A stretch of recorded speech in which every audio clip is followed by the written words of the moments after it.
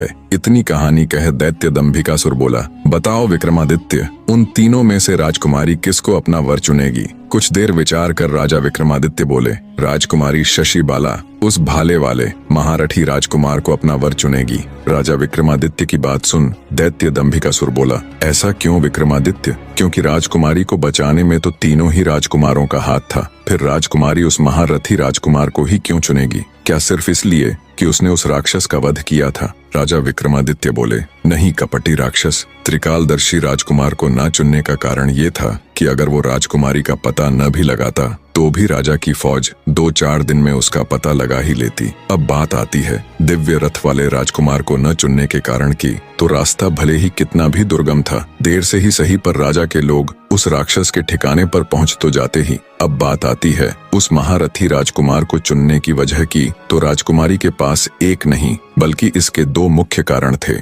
पहला तो ये कि राक्षस का पता लगाना और उस तक पहुंचना तो संभव था, पर राजा के पास ऐसा कोई भी योद्धा नहीं था जो राक्षस का सामना कर सके। और दूसरा और सबसे मुख्य कारण ये कि राजकुमारी राजा की इकलौती संतान थी, तो उसे पति के रूप में एक ऐसा शक्तिशाली व्यक्ति चाहिए था जो उसके पिता के पूरे राज्य को भी संभाल सके, जो कि वो महारथी राजकुमार पूर्ण रूप से था। विक्रमादित्य की बात सुन दैत्य दंभिकासुर बोला, तुमने ठीक कहा विक्रमादित्य।